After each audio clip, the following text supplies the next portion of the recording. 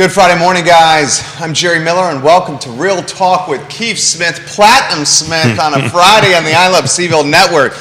The Yes Realty partners, folks, the YRP team we have come to love and adore and appreciate and cherish, were acknowledged and awarded this past week. In fact, just a few days ago, the 2021 Keller Williams Alliance Platinum Well, there was Award. a couple, in fairness, there was a couple other Platinums, I think. Oh, Quinn Beckham's team. Beckham's team won it, but that was quite an honor. Frankly, we didn't expect it. Quite an honor in your first year of business. Yeah, well, it's the first year of business as YRP, Yeah. but as you know, we've been around. Since 87. We've been around the block a little bit, but it's interesting. I texted you privately, and I was running. I hate to jinx myself, right? Because we're not Better quite knock done. on wood. We're not. Yeah, we're Yeah, not it's going not the end of the month We're yet. not the end of the month yet. But actually, if we Somewhere Yonna's listening to this and saying, Keith, don't do it. No. I know she's doing a listing presentation. Okay. Because she has got a little superstition. Yeah. She's doing a listing presentation right now, so She's working. Yeah. If you'd like to put a finer point on it, she's actually working. She's working. Thank you, Mr. Miller. I appreciate that. You know, I'm wondering why I come here to get abused on. No, on a you regular, love it. on a- You love it so I do love it. You know, I was telling somebody the other day, when you stop busting my chops, then I know you don't love me. Oh, we kid because we care. That's exactly right. So what I was getting at, there's a lot of news out there about the market shifting, and we've been calling it O-shift for a while, and if you go back and take a look at the the end of last year, you and I kind of called what's going to happen here on that end of it. But if everything closes, we're going to actually end up with the best July we've ever had. That's amazing. Yeah. Amazing. And that doesn't even include the commercial stuff that I've got in the pipeline. That is amazing. On that end of it. So yeah, so I'm, and it's funny because I went on my bike ride this morning, and I was trying to reconcile it. Right? Well, why are we? Right? What, if the market's really shifting, why are we? And I haven't come up with the answer yet. It's probably Mrs. Smith. I know what the answer is. I think it's Mrs. Smith is what the answer is. I know what the answer is. Tyler Sewell, welcome to the broadcast on LinkedIn. The answer is this. You guys work hard. You guys have a pristine reputation. You care about the client. It's not a transaction. It's about the relationship. Absolutely. And you're surrounded by good people. Absolutely. Yeah. It doesn't matter if it's 100,000 or 100 million. I mean, it's. I'd like the 100 millions, but you guys do phenomenal work. Now, here's the question. Does the momentum continue into Q3, Q4? That's what we're all wondering. Yes. And you sent me that Yahoo link. I don't know if you want to talk about that link that's circulating around, the one you sent me last night. And then the one that you sent me from Bright. Yeah. From Sertivant. Yeah, from Lisa. Lisa. Yeah. So we'll tackle whatever we want to tackle. Hopefully, some of the fine listeners and viewers will chime in, and as we always do, and have fun and kind of take it a little bit. So I'm going to change it up a little bit. Please. You and I spend a lot of time together. We do. I didn't even check it, but we're approaching 350 shows awfully fast. Okay. What do you think about those two articles? What is your takeaway from the Yahoo? All right. So why don't I think they're connected. They are connected. Yeah. They're 100% connected. So why don't I set the stage so the viewers and listeners kind of know what we're talking about? Keith and I text often. A lot of it's fun nature, ribbing. Some of it's preparation for the show. And I interrupt the squash game from time to time. I have it on my watch. I get the message on my watch. So like I was playing squash. Text message from Keith Smith. Text message from Keith Smith. No, it's all right. Did I impact the game? No, you did not impact the game at all. So you won, in other words. I did. So this comes from Fortune, and now all like the syndicating outlets are syndicating it and getting it out there. The headline is a housing recession is the first step. A housing recession is the first step to a Fed-induced recession. Here's where the housing market goes next. And then they make a correlation to Volcker, the Fed chair in the 80s, who took interest rates, as Keith knows, as high as 18%. Yeah. And then I'll set the final stage here. Historically speaking, the Federal Reserve's inflation-fighting playbook always starts with housing. It goes like this. The central bank begins by applying upward pressure on mortgage rates. Not long afterwards, home sales sink and existing home inventory spike. Then home builders begin to cut back. That causes demand for both commodities like lumber and steel and durable goods like windows and refrigerators to fall. Those economic contractions then quickly spread throughout the rest of the economy and in theory help to rein in the runaway inflation.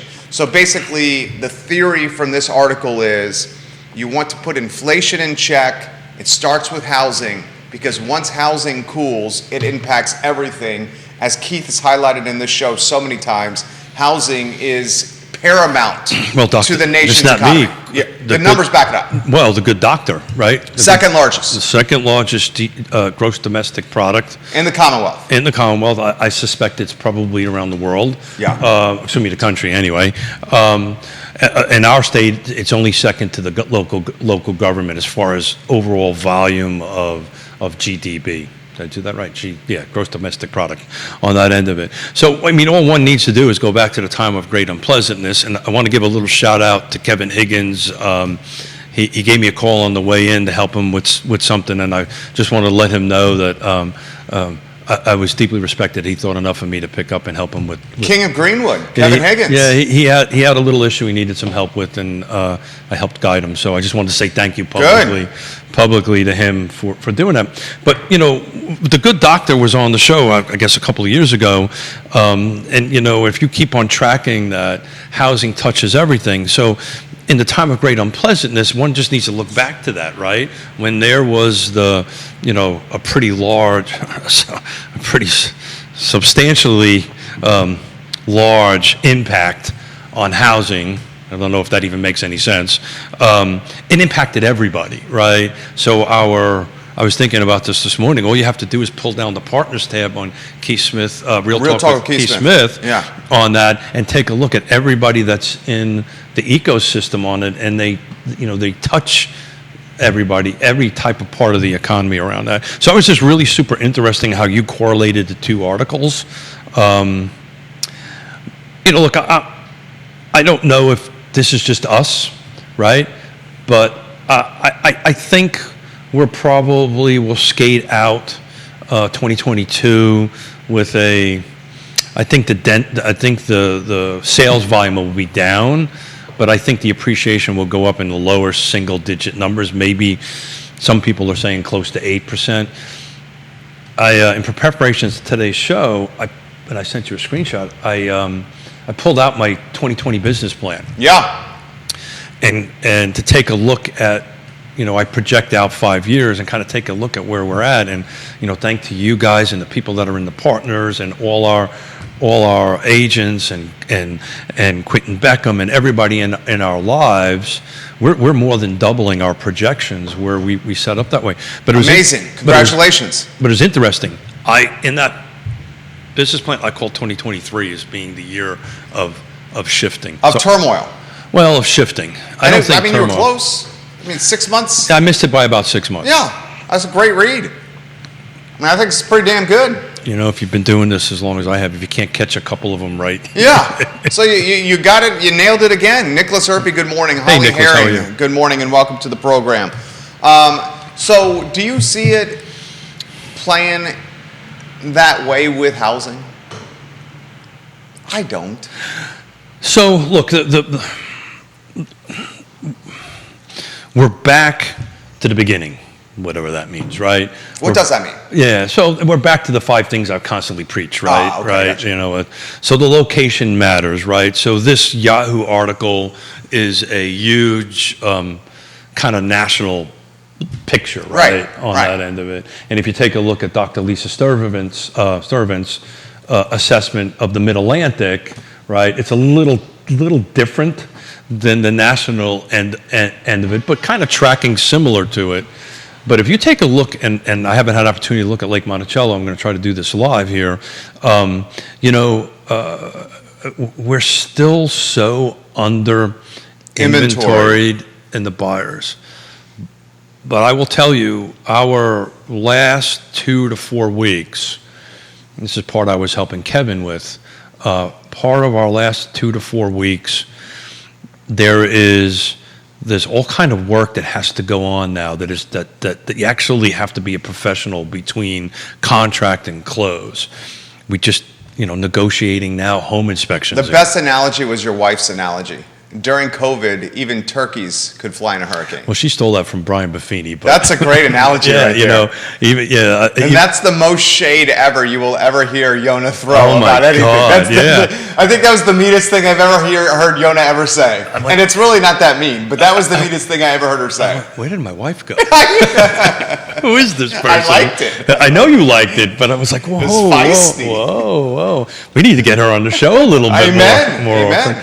Yeah, but again, somebody has to actually go out there and do the listing appointments and stuff like that. You're consulting with viewers and listeners. You love doing stuff like that. I love it. I love, I guess one of the things that excites me a little bit is, I am personally positive about the future in real estate. Is it going to be different? Absolutely.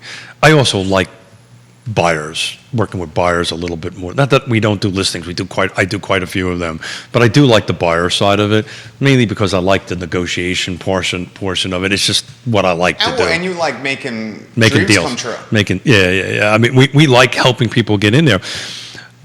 But I think if you read the Good Doctor's analysis or article, what concerns me... And to put background on her, Dr. Lisa Sturdivant is the Bright chief economist. Chief economist. Yeah. Okay, and explain folks what Bright is. A lot of people don't know Bright either, because I'm seeing that question here. Yeah, so Bright is a regional MLS. It kind of handles the Northeast. It's several different states and that kind of stuff. Carr has its own footprint. So what happens is there's these little footprints of MLS, multiple listing services around that. So Bright just has this Northern Virginia kind of footprint on it. I think Richmond has its own. We have our own. We data share with the other side of the mountain. We actually data share with Bright, so we can share information back and forth on it. And Lisa, Dr. Sturdivant was previously the Virginia Realtors chief economist, right? Correct. And she, during COVID, took another job. Yeah, I mean, is that right? I was I'm happy for her, but was also a little sad to see she's talented.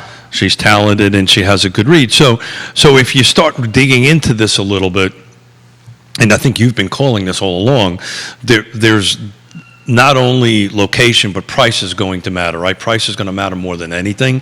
And, at certain entry levels, it's going to take a lot more work to get it across the finish line.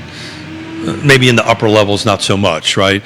But we're working on a couple of entry, first-time home buyers. You've got to spend a little bit more time with them, make sure that they're working with a trusted advisor such as Scott Morris or Ross Mortgage on that end of it, and the rest of our partners on it, and really get this scoped out before you start the closing process, because frankly, the underwriters are taking a harder look at everything, and maybe something that passed by 6 months ago or 12 months ago is not passing by. An example of that, there's a client, we'll leave details out of it, but there is a buyer out there that is buying something that had a lien on it back in the 1980s, I think in 87 on that end of it, and it got found now. And there was multiple houses that closed since then. And how come it got missed, and what can we do to fix it? How can we help the client? How do you fix that? Yeah, so that home has got a lien. So here's the point: we don't know if it has a lien or not. It showed up in the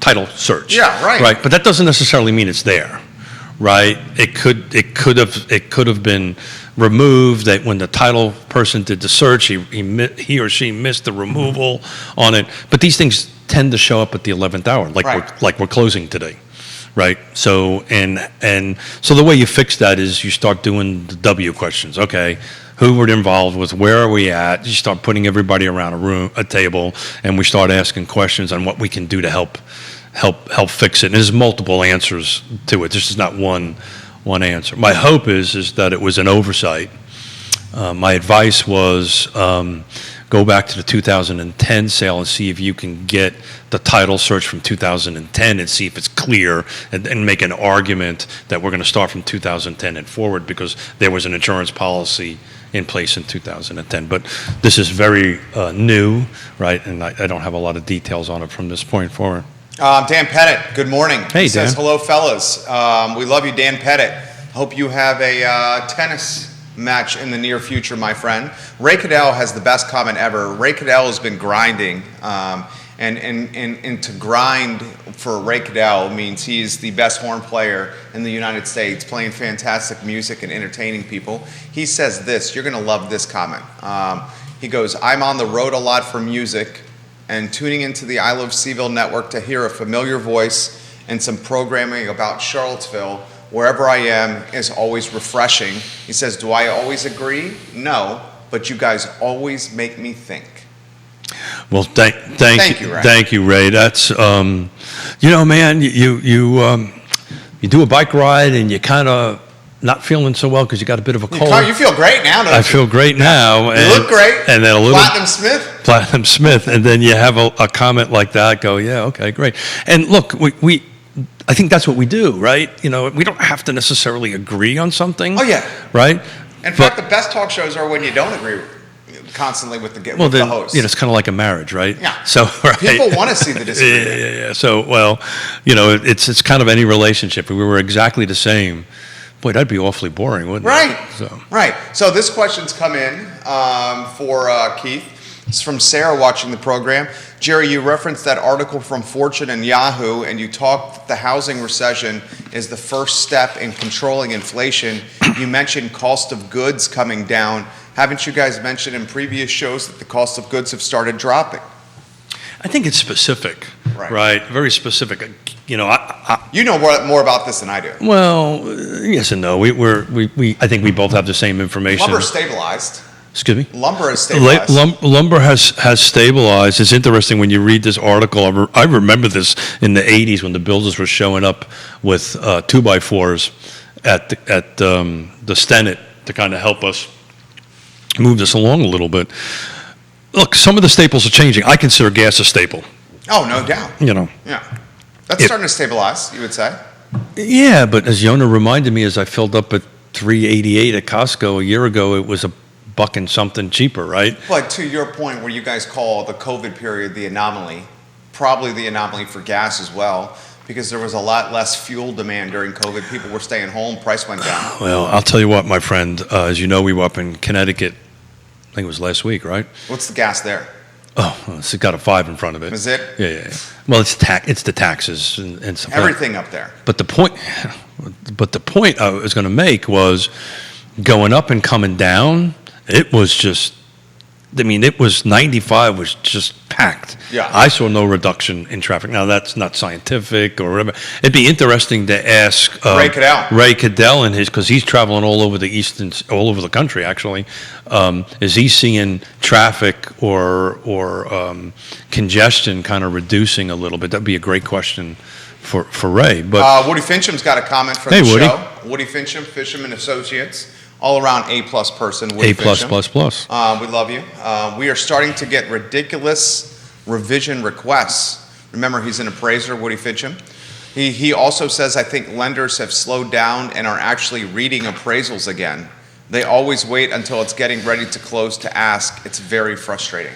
And that's, that's so interesting. I was having a conversation with a gentleman on the way in about this. You're starting to see a lot of this. It actually was an agent from another firm that was asking me a question. And they were kind of asking me, why are some of these things getting caught?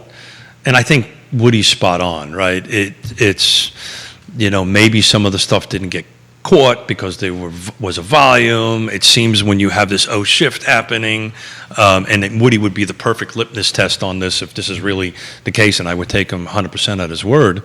The reality of it is, I think people are looking at things a little harder now, which is not a bad thing. No. Right? No. But you got to have the skills to help navigate your buyer or your seller through this, and frankly, time is one of the things that helps you with that. on that end of it. How about this one for Dan Pettit? So Dan Pettit, 4,300 homes roughly at Lake Monticello. Dan, does Dan have an investment property over there? Yeah, I think Dan knocks on my door every once in a while and goes, Okay. "Are you being a good boy?" Dan Pettit would be a great neighbor. So 4,300 roughly homes, Dan, in Lake Monticello. On Wednesday's show, and Keith, I believe, on the fly here is calling up the numbers for the lake. I'm trying. So I'm going to kill a little time because I know he's searching right now. And his ADD is kicking in. Right now he's looking at basketball when he should, no, I'm just joking. 4,300 Oh, no, I'm on homes. Facebook looking at some memes. Oh, I'm supposed to help you? He's I'm watching sorry. himself on such. So we got 20 list. Hold on a second. Let me double. 21, was it Wednesday? No, keep on going. Keep So on going. 4,300 homes at Lake Monticello. It's the largest neighborhood in Central Virginia is Lake Monticello from a rooftop count standpoint, roughly 4,300.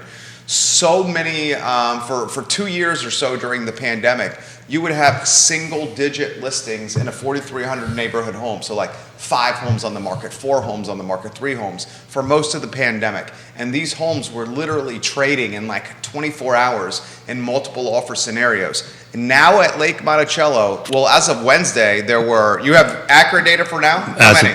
24, but 2 of them are new construction. Okay, so are those the paper houses? Yeah, correct. Yeah, so 22 existing? Correct, 22 existing. So that's 5% of the neighborhood is on the market. 5%. I mean, 1% is 43. If 1% is 43. So it's 0.5. Oh, excuse me, 0.0. Yeah, you're right. Half a point. Even I knew that. Yeah, half a point. Sorry, my math was completely wrong. Half a point of the neighborhood is on the market. 0.5. Yeah. And what would be a lot? What have you seen? Oh man, well, I mean, the extreme we talked about on Wednesday was like 50%, but that's when there were 600 or 800 homes. Yeah, that was different time. Back in the 80s. Yeah. How about in the last 10 years? What's the most you've seen? When it went down to the time of great unpleasantness, it was in the hundreds. Oh, really? Yeah, sure. Okay, I didn't know that. So it was in the hundreds. Look, we never approached and anybody, Ray or any other real estate agent or Dan on there can correct me if I'm wrong, but we've never really approached anything north of 5% total, right? Maybe at some point we kind of broached it a little bit on it, but it was always kind of. So I'll get the math right. That 5% would be 215. Okay, so you never have seen 215 listings? I can't remember it, but I can't remember. That's a lot. I can't remember what I did 20 minutes ago. Right. So. I don't know what I had for breakfast. Yeah. So we'll have to text Mrs. Smith. What did I do this morning?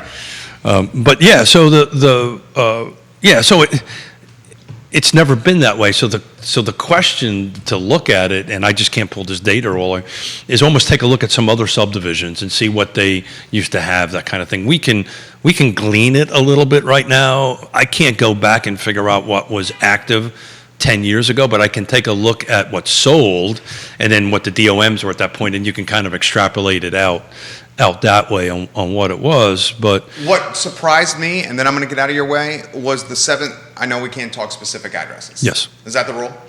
I think we'll stick with that rule. Is that the rule? Yeah, Okay, we'll stick. okay. We'll stick. Well, let's. Because I have too much respect for you not to Yeah, follow. let's talk in general. And generally, you don't like to follow the rules. So if you're saying this is a rule, we better follow this rule. Some of them I really do. I know. So that's the rule, right? All right. What surprised me is there's a home under $200,000. Yeah, sure. And it looks, and it's in decent condition. Yeah. It's 3 bedrooms, 2 baths. It's not particularly large. It's 1,200 square feet, but you would call it the quintessential starter home, right? Mm-hmm. It's the quintessential starter home under $200,000 in Lake Monticello, and the home has not moved. It's on 14. I'm looking at it right now. It's on 14 days. Yeah, that surprised me the most. That's really an indication of a shift, I would say. Yeah. So, but it's. I'm reading the notes in here just so it needs a little bit of help. It does have Quest Plumbing. Quest Plumbing in it. Has So new HVAC and a new water heater. Yeah. I mean, we're talking installed this year. Correct. Yeah. So this kind of goes back to, and it's in a somewhat decent. It's on Jefferson Drive. It's in a somewhat decent part of Lake Monticello. But to go back to the 5 thing. Quarter acre. Yeah, and sometimes until you get eyes on something, it's really hard to determine it on the condition and all that and stuff like that. But location matters, right? And one side of the lake may be different than the other side of the lake, right? And golf courses are different than the acres, right? Sure. And waterfront's different than everything. So you really have to look at it. But during the pandemic, there was a war in the front yard for this house. Yeah. But was there not? Yeah, but aren't we glad it's not there? I mean, I'm glad it's not there anymore, personally. Right. But it's a microcosm of shift. Yeah, I mean, look, look, somebody won. There was always a winner in this, right? Somebody kind of won. I look at this as just throw a different pivot at here on this.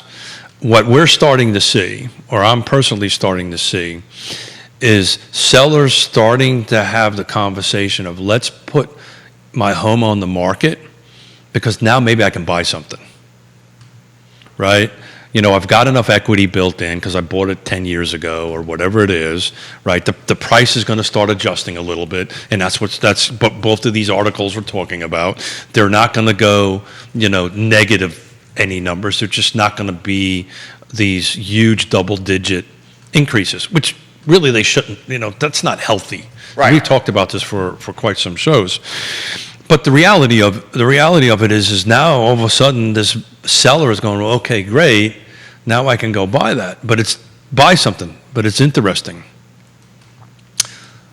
This whole week I looked. Hold on a second. Let me change it to. Oh, that's a good question from Neil Williamson. Finish your thought here. I don't want to because he's about to drop some knowledge. No, he can go ahead and do it. I'm. Remember the interesting comment because you're about to drop something good here.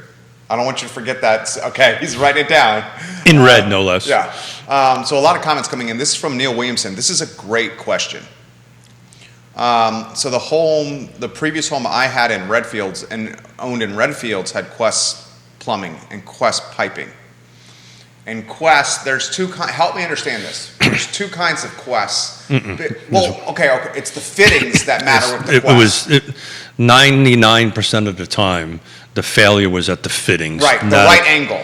Well, or whatever fitting it was, a T or right angle, whatever it was, because the fittings were made out of Quest. Exactly. And believe me, I know that you used to do Quest. I used to do Quest. I used to own a plumbing company, right? But it was It was what everyone did. Well, back in the 80s it was, right. 80s and 90s, and then there was a lawsuit, and it kind of changed around a little bit on that. So we always used copper fittings. Yeah, that's what I'm talking about. Right. Those are the good fittings. Those are the good fittings. So generally that's where the failures happen. That doesn't mean it didn't happen. The copper fittings wore down less. Then what was the other fitting? What was the crappy fitting? So it was actually made out of Quest, right? It was a plastic fitting, a Quest, and it would crack. And it would crack, yeah. Yeah. Under a certain amount of pressure. So your Class A contractor is getting a question here. Okay. How much does Quest Piping impact home value from Neil? So that's a good question. It doesn't. Well, there you go, huh? Maybe yes, maybe yes, maybe no, yes. Okay, show's over.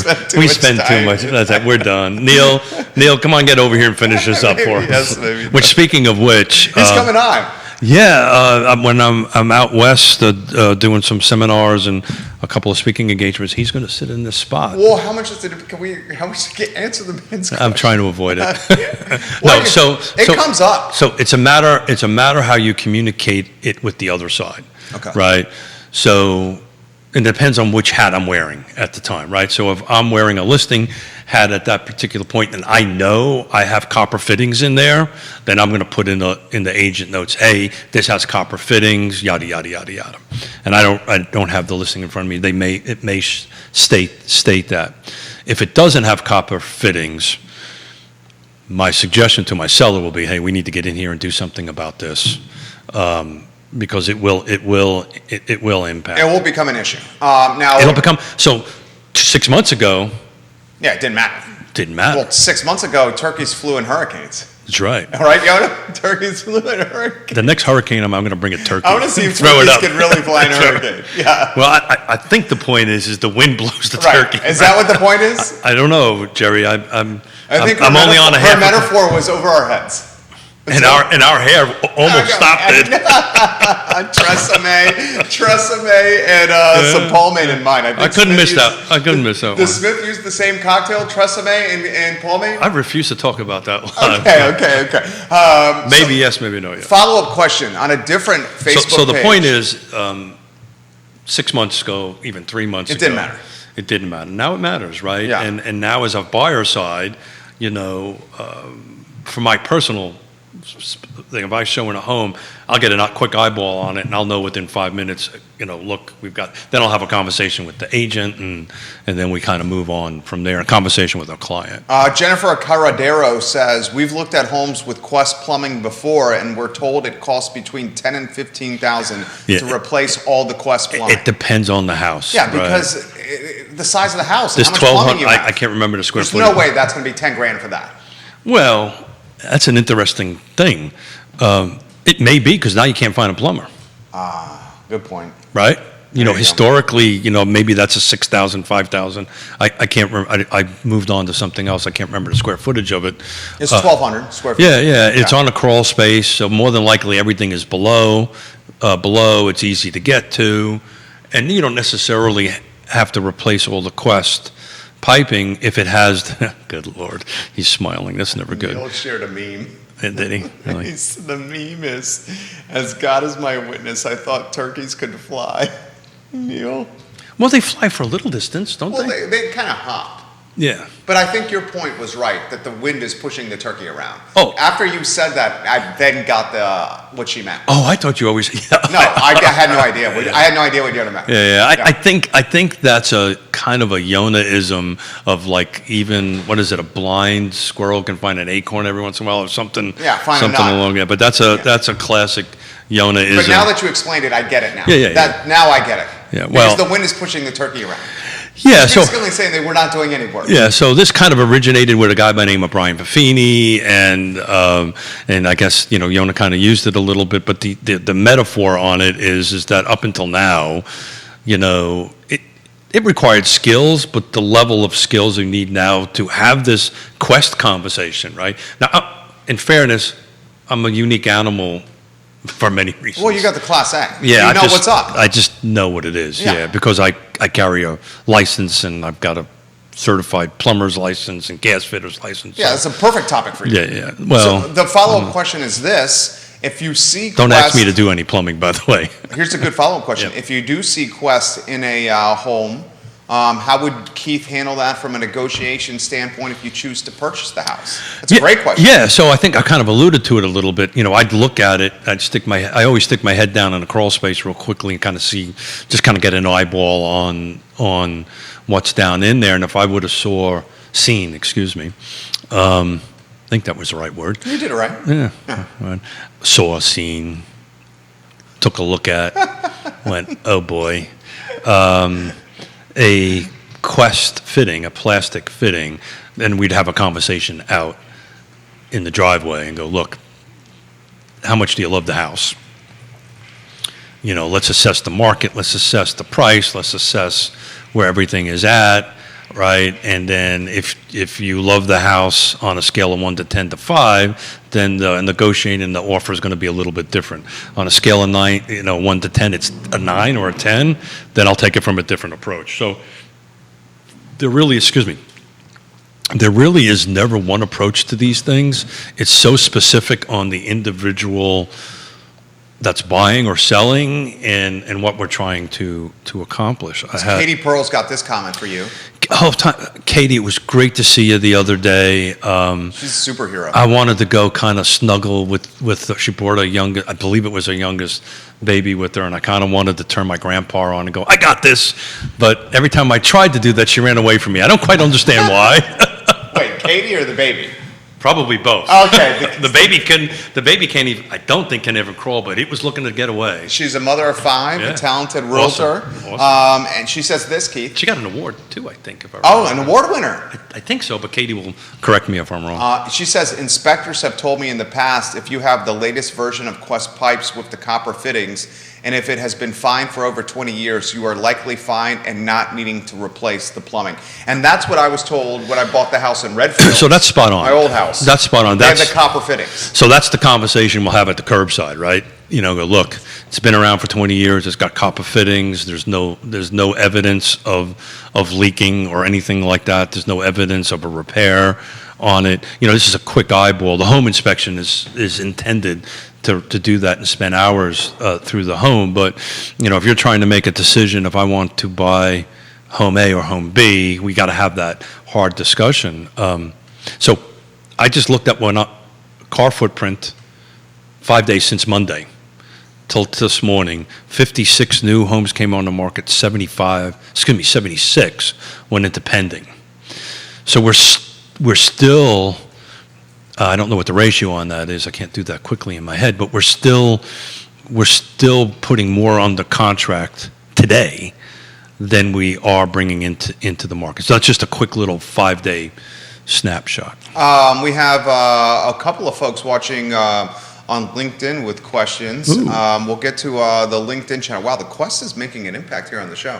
Well, it was a big thing, right? It was a big lawsuit. It was those of us who have been around in the 80s and the 90s in the business. It was a thing, right? But Katie's analogy or Katie's read on it is spot on. If it's been around a while and it's copper, generally you're in good shape. Katie Pearl, well said. Great comment. We love when you watch the program. Dan Pettit wants you to talk the new construction that is happening at Lake Monticello. He references Liberty, and he also said it looks like Liberty is doing a price escalation of $10,000 with its new construction. He brings that up. Dan confirms that he does have an investment property at the lake. So he knows that market quite well, as does Keith and Yonna. And he says this, I'm renting the investment home at the lake. Also, I've seen more price reductions lately, and new construction, Liberty Homes, is increasing their listings by $10,000. I want you to talk about that. Well, I need to double check that, and I would never doubt Dan, the man there, but I actually saw the numbers drop a little bit. Maybe they went back up. I haven't really looked closely at new construction in a while, but I'm gonna, while you're chatting, I'm gonna do that right Vanessa now. Parkhill, the Queen of Earlysville, welcome to the program. So we're highlighting Lake Monticello. He lives at Lake Monticello. He knows it well. There's 4,300 homes at Lake Monticello. It's the largest neighborhood by rooftops in the car footprint, the Central Virginia footprint, 4,300 homes. There's 20 active listings in Lake Monticello right now, 20. And that's the most there's been in years at Lake Monticello. Interestingly, we're highlighting one specific listing, this one on Jefferson Drive, that's priced under $200,000 at $199,000, and it's been on the market for, you said 14 days? Yeah. 14 days of DOM. During the pandemic, this had a literal buyer battle in the front yard, and it's an indication of the market shifting. Keith? Yeah, so Dan is spot on. I'm looking at a unit. There's only one new construction in Lake Monticello, that, excuse me, that is Liberty, and there was a $10,000 increase on the home. It started at $325,450, and it's now $335,450. And what do you make of that? That's what he wants your take on that. Yeah, it could be material cost, it could be availability. There's literally, that was for a while multiple ones on the market. Right now there's one, so they may not have enough product to sell. They may slow it down. There could be a myriad of reasons why it's doing. I'm trying to take a look at the history real quick here on that end of it, where the price change did it. So it was a price change. It price changed back in February, actually, from the 325 to 335. So my suspicion is it probably was some cost or something along those lines. What was the note that you wrote in red on your pad that you were going to highlight? I drew a picture of a face. You're supposed to write the note. Oh. You had something really smart you were going to say. Yeah, no, there was a box and there's a face. He drew a smiley face. Yeah, well, I'm trying to. On his notepad. Judah's my hero, right? I told him to write note so he didn't forget what he said. And there's so a smiley face over there. Yeah. I think it's more. It's more of a Dali. Salvador Dali smiley face, maybe a Picasso. Does the memory remember what you were going to say? Of course not. Damn it. What the hell's wrong with you? Damn it. I knew I shouldn't have interrupted you. What? Why do you think I got you here for? I should have interrupted you. Come on, do you not remember what you were going to say? I literally don't remember it. Oh, man, you were going to say Judah, do you remember what we were talking about? It was Liza, wasn't it? Quest Plumbing and Neil got us off topic. Damn, Neil, he does it all the time. Forgot what he was going to say. Bill McChency, He goes, welcome "What?" to the program. Neil walks around with a sign when I'm in the car building. It says squirrel, squirrel, squirrel. Dan said they had 4 not long ago, Keith. Did they? Okay, great. Yeah, they had 4 not long ago. Got it. So this question's coming in. I think the way I wanted to get to just to wrap up Please, this little please. joke about it was the 5-day analogy. That's what that. There's a 5 buried in this. What was the 5? What was that? You know what has came on in the last 5 days since Monday, that in our car footprint, right? We had 56 come on, 75 go off, 11 back on market. There was 38 price changes. That's a big number. 86 sold on that. On that. So this is just a quick little snapshot that we have our little market monitor. So I wanted to see, since we did the show on Monday. Actually, was I here Monday? No, I wasn't. No, Monday Nikki, you were off. Nikki was Nick Chambliss. Nikki was. You say that like that's a bad thing, this whole off thing. I mean, you have family.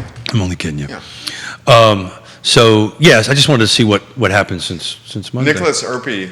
Nicholas, I love you so much. Nikki, Dolly come in was here and my- save me, buddy. Dolly was my favorite artist in high school, so I'm fine with Keith doodling a face on the notepad. No, I love it. Nick. I'm gonna text Nick.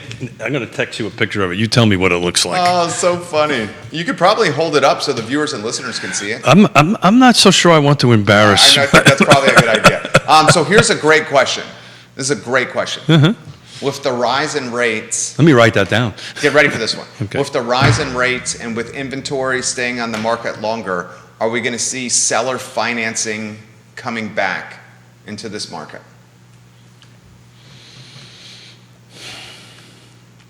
That's a great question. You know, I'm thinking. So is Should we educate? Should we enlighten the audience on seller financing first? We before should you give the take. We should enlighten the audience, the listeners, and the viewers on it. The simple answer is when the seller wishes to finance the purchase, right? Generally, what that means is they've paid it off, right? They're moving on. We've done one. Our rental the one rental that we own was a seller financed. It was a client of ours. Everything I purchased in the Macklin building was seller finance. Correct, and it was a tool to help the seller navigate the 1031. Yeah. Right, and I made a proposal to him. We did that. Look, seller finances, and I've been doing this for It's quite a pretty while. complicated. It's super complicated. Yeah. You don't really see a huge amount of them. Commercial's a different animal. Right. Commercial's different. Right. That's you own the building. Commercial's different. Right. You paid everything off. You're Yeah. ready to go retire or whatever you're going to do. You sell it to Judah. You get a little bit of a 10% down, 20% down. whatever. Non-refundable. Non-refundable, and you get a paycheck. You get a check every month. And you minimize some tax exposure. And- you help the buyer because purchasing property from a commercial standpoint is brutal, way more difficult than residential. And if I don't pay, You take it back and sell it again. You get your building back. Yeah, it's phenomenal for the seller, But you got to and be. it's good for the buyer. On a commercial side, residential, it doesn't happen very often. I've actually have a standing order out with Suzanne Reel with Allied Property that if she comes across one of our rentals for a seller finance, please give us a call. We'll be more than happy to take a look at it on that end of it. I like it.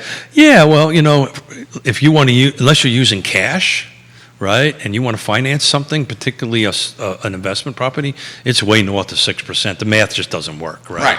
On that, unless you put a substantial amount of cash down, and frankly, based on some great advice that we're giving for the Erpies, we're kind of holding a little bit of our cash, which we were planning to do anyway. Erpe's watching right now. Yeah. What was the advice they gave you? Emergent Financial Services, Nicholas Erpe. I know you're watching here, but I would say this no matter what.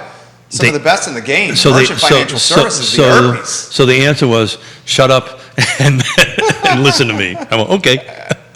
So they said, Yeah, well, sell we're some cash? diversification, right? So we always coach. We do a lot of coaching for real estate agents and stuff like that, and business owners. And as a self-employed business owner, you probably want to have several months of operating cash put aside if there's a hiccup on it. The more you have, the better you are off, in my opinion, on it. If sales start slowing down. So you don't think the seller finance vehicles are going to come back into play? The financing. It will. It will. I think when and commercial is super, and I'm trying to get Johnny to come on the show, but Johnny Pritzloff. yeah, but he doesn't. JP. He doesn't think he's pretty enough. And Come on, JP. I disagree with that. Come on, JP. When right now commercial is doing great. I've got a bunch of commercial projects for the tail half of this year, but at some point that may change, and that's when seller financing will start working. Where Keith and Jerry scratch our head and go, look, let's buy that building. The math will work. The seller doesn't have to pay 1031. But no, the viewers and listeners are asking residential. You don't see it coming in residential. No. Again, it'd be very one-off scenario because if it's got a loan, there's a first deed of trust. Exactly. Right. So I'm going to either have to give you enough money, cash, to pay off the deed of trust. So what he's saying is, if someone who owns a home, they still have a mortgage on it, for them to do a seller finance deal, they have to pay off the mortgage. They have to close it out. They have to close it out before they can carry the paper for the new buyer, because the house is the collateral.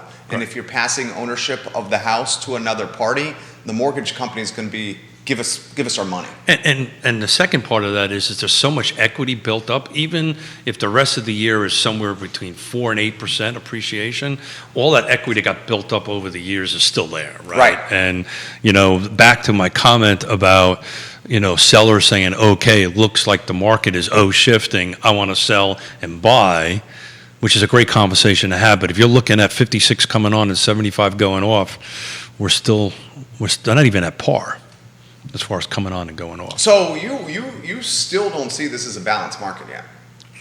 As of today, no. Today it's not balanced. Still the leverage is on the side of the sellers, you would say? No. You say where's the pendulum swung? So it's not in the middle. It depends, right? Right. This is when me working with politicians for maybe yes, maybe no yes is coming. So yes, right well, here. I'm going to answer the question and maybe not answer it at the same time. Look, it's back to my comment about location and the where, right? So we've just recently did a transaction over the weekend, right? It was in the city. It was in the sevens. I think the upper sixes, low sevens, if I remember correctly. Multiple offers. We needed. Can I ask the neighborhood? I prefer not to do that. So it was centrally located. Let's put it that way. Okay. Duplex too, of all things, right? Which is not common in Charlotte. Actually, I take that back. It was in the urban ring. Okay. It was in the urban ring of Albemarle County. But the point is that skill set had to be like it was 3 months ago, right? If I'm trying to help somebody buy $150,000, $200,000 house in, let's say, Lake Monticello in a certain area, there's a different set of skill sets that you have to bring to the table, right? Because it's different. Maybe the buyer is in more control at that particular point. So, again, this is when the three things show up on my phone every morning: be professional, be caring, be trustworthy. It changes from situation to situation. And it's a matter of education and communication. Well said. You handled that very well. I think there's a sizzle reel somewhere. I think that was pretty damn good. Keith Smith, the Platinum Award winner. Did I not answer the question well enough? I thought you answered it perfectly. Keith, this question's come in. This is more of a Scott Morris question, but we understand why it's on top of people's minds. Grayson says, so how high does Keith think the rates are going to get this year? Wow. That's a Scott question, right? It's totally a Scott question. He kind of covered it a little bit on Wednesday. I thought so too. And Scott's called it pretty damn accurately so far. I would, this kind of reason, it must be the jarhead thing, the marine thing. But yeah, he called it pretty good. There was going to be a dip, and then we're climbing back up, which we're looking like that's what's happening here. I'm not so sure all the recessionary news is kind of impacted. I haven't looked at it today. The markets were green before the show started. I think a lot of this. I'm talking about the 30-year. The 30. I'll see if I can find it. Yeah, I to his point, I think it's been priced in a little bit. Yeah. On that.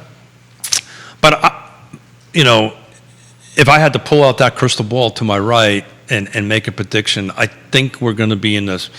I know this is a wide swath here, but I think we're going to be somewhere in the 6 to 7. But heck, the end of last year, I was saying it wasn't going to go over 4, right, or whatever it was, 4.5. So nobody really knows. Let's see. I'm calling it up as we speak. The 30-year fixed rate at close of business yesterday was, depending on your credit score, in the 5.8 vicinity, pending credit score. Woody Fincham. So that's approaching 6. Yeah. It was 5.3 a couple of weeks ago, if I remember correctly. Beginning of the year, 30-year fixed with good credit was 0. low 3s. Yeah, I mean, we're talking damn near close to 2x on this. Let's go to Fincham. We love Woody Fincham on this program, Fincham and Associates. With regards to seller financing, it's not uncommon for the owner to create a pocket deed and not file it. Of course, very risky if the seller's lender finds out. Yeah. They could call the note. We saw quite a bit of it pre-Great Recession. Yeah. There are still some investors in the Valley doing it often. Wow. Yeah. That's Wow. risky as all get out. Yeah, that just scares the hell out of me. You want to explain that in layman's to the viewers and listeners? Yeah, so in essence, you're lying to your lender. You are lying to your lender. That's it. You're selling your house and you're not telling your lender you sold your house. Now, it's even... And I think there's language in the contract that's there's felonious. There's and other agents and Woody can chime in. It's in the loan documents. It's not necessarily in the contract, right? Because once it closes, it closes. So the terms in the contract go away at closing. This becomes the deed, the first deed of trust that you sign. And my suspicion is most of that was conventional stuff. I can tell you the federally backed loans, if you lie on that, that's jail time. It's some serious stuff. And it's part of why I think, and Woody can either confirm or deny this, that's why I think a lot of underwriters are just taking these harder looks at it because they don't want a repeat of some insanity. Travis Hackworth, watching in Danville, commenting on your page. I love this. Yeah, I need to give him a shout out. I've got to dig that up. He's doing some awesome... did you see the posting I did on that? He's doing an awesome housing conference. I'll let you talk a little bit. Travis Hackworth is Mr. Danville. Mr. Danville. Loves Danville. And actually, he and I love the Danville flavor on the I Love CVille Network. Well, I'm going to do a little wandering down there, but I need to find so I can get this 100%. He says, Keith, 6 to 7. Are you thinking this year or 2023 for the rates? I think it's the end of this year. End of this year, 6 to 7. It depends on how this recessionary process goes for the rest of the year, right? And in my opinion, we call this inflation is the key here, right? Kevin Yancey thinks it's going to be 8+ by the end of Q4. Yeah, I know Mr. Waynesboro. I know people saying 9 to 10, right? By the end of this year. By the end of this year, yeah. Yikes. Yeah, I'm going to lean on Scott's read on it a little bit. He's in it all the time. But to go back to Travis and give a shout out, Google this. On August 18th, they're going to do a Southern Virginia Regional Housing Summit, and basically it's and he can drop it in the feed if he's still watching on it. But this is a great opportunity to take a look at Danville and what they're trying to do to combine housing and economic development. Yeah, dude, he put this on my radar. The city of Danville partnered with a Wisconsin developer. Yeah. And the Wisconsin developer is taking a building that's been forgotten, a mill, and converting it to condos, apartments. So you have to ask yourself, why do they do it and we don't? That's exactly what I said yesterday. Yeah. Why don't we do that? Yeah, and I mean, how hard did you and Chris Kabash work to try to bring the Baltimore developer to the Kim's property on Cherry Avenue? Was it Evergreen or something like that? The Baltimore developer? Is it Evergreen or Enterprise? Is that what it was? Enterprise. And they were Baltimore specialized in affordable housing, right? Excuse me. Yeah, they specialize in affordable housing. Yeah, I didn't have. And they didn't want anything to do with us. I actually didn't have gray hair before I started that. But right? Yeah. But it's the same thing with the land trust, and it's just a lot of work and a little. If you can tag Caitlin Mancini, a little shout out to Caitlin. Caitlin and I are working on one of her buyers for one of the land trust houses, and I thank her that she's really doing a great job. And I'm gonna do it right now. Thank you, Caitlin Mancini. You're getting some props on the program. Yeah, she is a pro at it, and we're working together trying to help it. What she shared with me after she took a look at one of the houses over there, that the family were in tears in the front yard, and that's why you do something like that. So a little shout out to her. Caitlin, just tagged you in the post, getting props from Keith Smith on the program. But please Google this, look up this. He shared the link. Okay, good, perfect. I haven't spoken to Travis yet. I'm going to hopefully do that next week. I'm going to try to get some coffee with him when I come back from out west. But in Danville? Yeah, that's awesome. I wander. Yeah, I like to wander. Okay. I'll put my bike on the back. We negotiated it. I'm going to put the bike on the back of the truck, go out and wander. Because you're going to wander from Seattle to Danville on a no, bicycle? No. Okay. No. What are you doing? Okay, let's go over this turkey thing. Yeah, please. Are you flying into Danville? No, after I get back. Okay. From out west. Okay. I'm going to connect with him. Okay. Right, out in Danville. Okay. Right, maybe the end of August, okay. maybe the beginning of September. They're doing the designated outdoor refreshment area, the door up. I know that, and I'm going to put my bike on the back of the truck. That sounds fun. I'm going to go and do a bike ride and hopefully have lunch with Travis and pick his brain a little bit, because I want to, as you know, I vice chair it now. I used to chair it.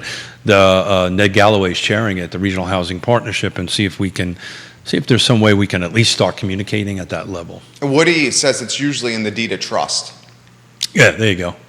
Yeah, so it's a recorded document. You are signing it. It's notarized.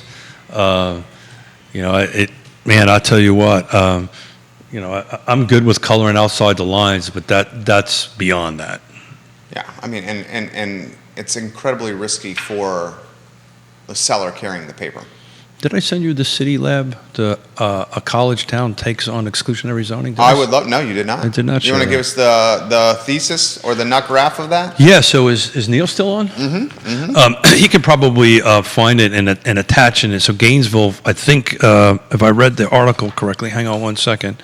Gainesville, Florida. I believe it's next week. Hang on one second.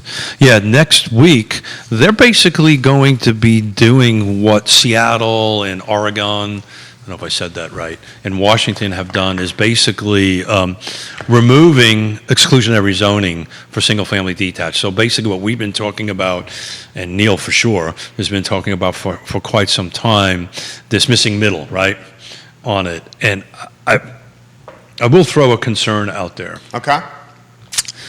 And I've seen this happen several times over the decades. So what my concern is, if the market does an O shift and let's say becomes a little slower. Okay. Well, people are predicting that. What my concern is housing affordability will kind of go out the window. What does that mean? Well, so what happens is that people forget about it? No, governments and nonprofits will start tightening their belts, which is usually what happens with this, because that's the way they operate their budgets and operate their stuff, where maybe a business would look at it as an opportunity and go out and buy. That's what I hope happens. What I hope happens if things start stabilizing a little bit and there's no these huge multiple offers on stuff, that these nonprofits and governments can come in and buy property. Right? Does that make any sense? But I've seen it happen before, particularly in the time of great unpleasantness. Everything just shut down, right? Money shut down. Nonprofits were on their heels. Well, how about this question that's come in the feed from Steven watching the program. Steven, where are you watching? You comment on the show a lot.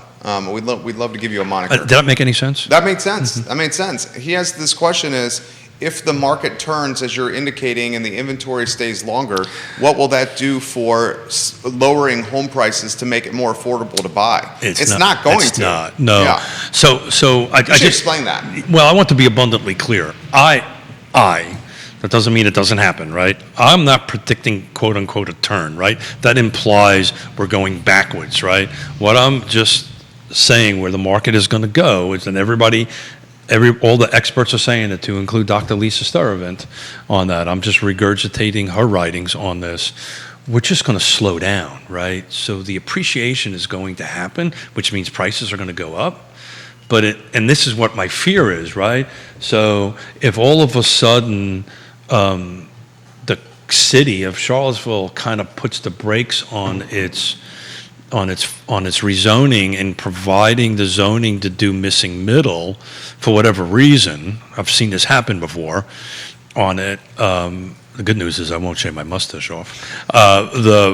Neil's watching. I know he is. Yeah. And so that's my concern is that they tend to put their foot on the brake and they hit it hard instead of saying, okay, there's an opportunity here to get this now done on it. So I don't know if that made any sense or not, but that makes sense. I don't see a turnaround. I just see a, normal, low single digits, high single digits appreciation. This is a good question. Because you're not just going to have, the point I'm trying to make is unless this happens, unless this rezoning happens and allows more density, the economics 101 is still going to stay in place. There's just not going to be enough at the right price point for people to buy. And the pool may come down a little bit, but it's still going to be there. Well said. Do you keep updates, this question, on rental market and evictions by landlords? I do not. Who keeps track of that? Does anyone? So the issue with rentals is there's so many different platforms that they're on. I think Susan would be a good... Suzanne, excuse me, yeah. Would be a good source on that. But it would be the local governments, right? Okay, so we're hearing... is your increase of rental assistance picking up, right? Or what's the legal aid? What's the actual name of the legal aid? The local legal aids, right? You could possibly reach out to that. On the street, I'm not hearing anything, but that's not really a world we're too deep into at the moment. Neil shared a Buffalo Trace bottle on the feed over here. We are stocked very well of Buffalo Trace, thanks to the generosity of Woody Fincham. In fact, it's the biggest bottle of Buffalo Trace I've ever seen. Yeah. I mean, literally, it's ginormous. Yeah, I have a cold. I should have had some cold medicine. You should have had some medicine. Although you've managed it well. Yeah. You feel the adrenaline from the show, right? It's sitting across from you, man. Oh, what a gentleman. Thank you kindly for saying that. I'm muscling my way through it. Just a little bit of a sore throat. So why don't... In the name of having a sore throat and the fact that the show has been a 10 out of 10 so far. So in other words, Smith, don't screw it up. No, I mean, it's like the Costanza and Seinfeld going out on the high note. That's right. I'm out of here. When he was in the meeting with the Yankees. Yeah. I dropped the mic, but Judah would get pissed. Judah would get pissed. Judah would yell. You don't want to see Judah pissed. No. You don't want to see pissed. No. Travis says Lisa might lick me to death. Travis says, Keith, we have a 9-mile Riverwalk trail system you can hit with your bike and 15 miles of mountain biking trails. Well, I'll pass on the mountain biking, but I'll take you up on that. Riverwalk, nice. I've already scoped out a couple of routes. So you're going to Danville? Yeah, I'd like to sit. I'd like to wander. I like to look how other people. That's the reason we're going out west, right? Amazing, Travis. You should hook him up with Lee, the councilman. Yeah, we've been going back and forth. I'll buy somebody lunch. Any way that I can get better at what I do, I'm all over it. I love it. It's so awesome. I love this. So you took a phone call from Kevin Higgins, the King of Greenwood, on the way in, and you're going to go visit a viewer and listener of the program when you come back from your trip to the west. It's beautiful. Yeah, I'll just have to use slang language out at Danville because maybe my Yankee accent might. Travis, you're going to protect me, right? I get the impression you get along and you fit in anywhere you go. Yeah. Dealing with people is you're a Hall of Famer when it comes to that. Well, I don't know about that. That's your skill. Well, we just like people. Like to talk to people. Yeah, we like people. We're in the people business. People are great. My always like, why do you always talk to everybody? I like people. I like talk. You learn from everybody. Yeah, but does it follow up? How come you don't talk to me? She actually said to me this morning, and she's watching the show right now, I feel like I haven't seen you in days. I'm like, sweetheart, we see each other often, so I got to give her some special time. Special time this weekend. She's so busy.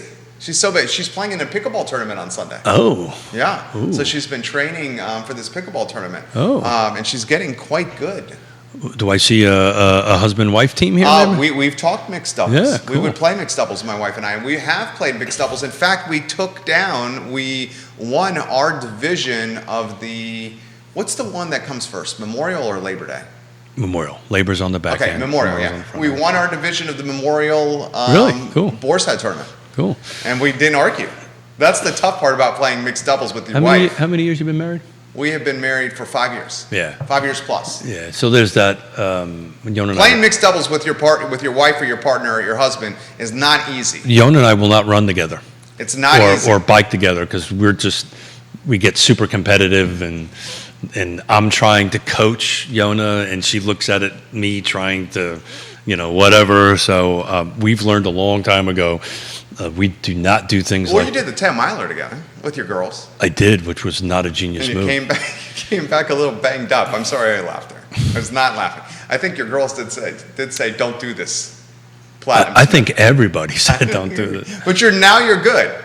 Dan Pettit, that is so true. Took me 3 months. Dan Pettit says if you want to stay married, don't play together. And this is Dan Pettit coming from a He's talking about sports, right? I just want to make sure. Dan's wife is a hell of a tennis player. I was getting nervous there for a while. Dude, mixed doubles with your better half, you're walking on eggshells. So you and I are very similar. We talk all day long. When you get home, do you just want to shut up? I mean, I do. Yeah, absolutely. I talk all day long. And then the significant other is like once can I have a 15-minute conversation with you, right? You have a glass of something, have a little dinner, because I'd imagine the scenario is the same as us, right? It's like we talked about it this morning. It was like we did not get home any earlier than 9 o'clock any night this week so far. Well, that's because you guys love to go out to dinner. No, this was from work. Oh, you didn't go out to dinner? No. You didn't go out to dinner this week? We have not gone out to dinner this week. Actually, depending on how my little cold is going. Tavola? Yeah, maybe. I haven't visited them in a few weeks. And you need your fix. Yeah, that just sounded wrong. Well, I mean, you love the restaurant. I love the restaurant. I love the martini over there, but you get after talking all day is people. It's hard to do that. At least for me, anyway. Oh, the quiet time at home is the recharge for the next day of talking all day. But then, we're extroverts, extreme extroverts, he and I. But even an extreme extrovert needs downtime. And then as you get a little bit later in your marriage, right, when you hit the double-digit years together, much like what we're doing here, you just kind of say something without saying something, right? You start reading each other's mind and body language and all that kind of great stuff. But so we kind of talk all day. We talk business all day, and then sometimes you just need to shut down in the evening. But we didn't get home until 9 o'clock and driving home going, okay, what do you want to do for dinner? Now, what do you want to do for dinner? And so what'd you guys do? Eat the Oreos at the house? You love the Oreos. You love the Oreos. Maybe with a little vanilla Haagen-Dazs ice cream. Maybe I might living the good life. Well, I got that's the reason I put all the miles in every day, so I can burn a little bit of calories of the ice cream. Nicholas Erpy, one comment, and then we'll get some closing thoughts from Platinum Smith over here, the award winner. Nicholas Erpy. That was Yonna and the team, not me. I'm teaching my wife tennis. I did not have to teach her cards, however. She killed all three Erpy brothers at poker one night. She is the queen of the chips. Nicholas Erpy has also outkicked his coverage, and he's got an amazingly talented and beautiful wife. Excuse me. So we play cards all the time. Yeah, canasta. And I can count on one hand in years I ever won. And it's just, how deflating that is. Well, I mean, she's a genius. I don't know what it is, right? If you ever play canasta on its two decks, right? You have the cards in the middle, and anyway, so you got to open up at 60 points, yada yada yada. And if she puts a card down, if I have a pair on one of them, I can grab the whole pile and build some points. And I'll have like 3 pairs, right? And every card she puts down bounces around those numbers, and I put one card down, and she picks up the whole pile, and I go, damn it. And then that's when I put my cards. And you would have it no other. You would have it no other way. Oh, you of course love not. it. Of course, you not. absolutely love it. I'd like to win one. So. Yonna, let the man win, Yonna. No, she tried. It's funny. You can watch her. She actually tries to do that, and then then it just kicks in. And too, everybody wants to know. Yonna's working right now. She's on a listing appointment. Yeah. Keith and I are talking about Yonna, and she's on a listing appointment right now, grinding for YRP. I caught her the other day. She listens to the show afterwards. Oh, she does? Yeah. That's fantastic. Well, I've said nothing but incredibly amazing things, but they're all true. Okay, so you don't put your foot in your mouth. She knows I love her. Yeah. I champion her constantly on this show. She knows that. All right, so give the viewers and listeners some final ammunition here. What's about a tease for Monday as well? Yeah, so, you know what? I don't think I have much lined up for Batman and Robin. Batman and Robin on Monday. Wednesday we'll have Scott. Friday, but after Friday, we're heading out west. Okay. So I think I kind of love this. Oh, same. And but I do have some awesome lined ups for later in August and September. We're kind of get back to these round tables. I've been kind of waiting to September to do it, particularly the political side of things. Neil's going to kind of hopefully kick it off Love it, at the end of August, or when we're gone. On that, I can't remember the exact date on it, but we're going to start doing that. I actually had a request from Christine Jacobs. Okay. I'm going to put her on the spot here with the Thomas Jefferson Planning District Commission because she wants to talk a little bit about She's coming on? transit. Yeah, she agreed. Very nice. She said she only wants to be on for 10 minutes. I said, yeah. Well, good luck with that. Yeah. You haven't watched the show. No, I've told her yes. Okay. Oh, you told her yes? Of course. Get ready for an hour. I may have had my fingers crossed. Get ready for an hour. I had my both fingers crossed and my toes crossed on that end of it. Yes Realty Partners, guys, won a Platinum Award from Keller Williams Alliance this week for production. YesRealtyPartners.com. All the shows are archived online at RealTalkWithKeithSmith.com. RealTalkWithKeithSmith.com. Judah Wickower deserves accolades and attention and a praise. He's the director. Can we get your face on screen so you could wave to everybody, your adoring fans? Judah Wickower? Adoring fans. Yeah. He has many of them. There he is, Judah Wickower. We love Judah. And we love Keith. I love you, man. This was fun, and there's so many people in our family tree that makes us successful, but you guys are definitely part of the tree. Thank you. You're in the roots of that, so thank you. That means Thank a you lot for to us. everything. Thank you. Thank you. To the viewers and listeners, guys. The I Love CVille show is up in 59 minutes. Thank you kindly for watching Real Talk with Keith Smith right here on the I Love CVille Network. Take care, everyone. Good job, Keith. Kick-ass show. Well.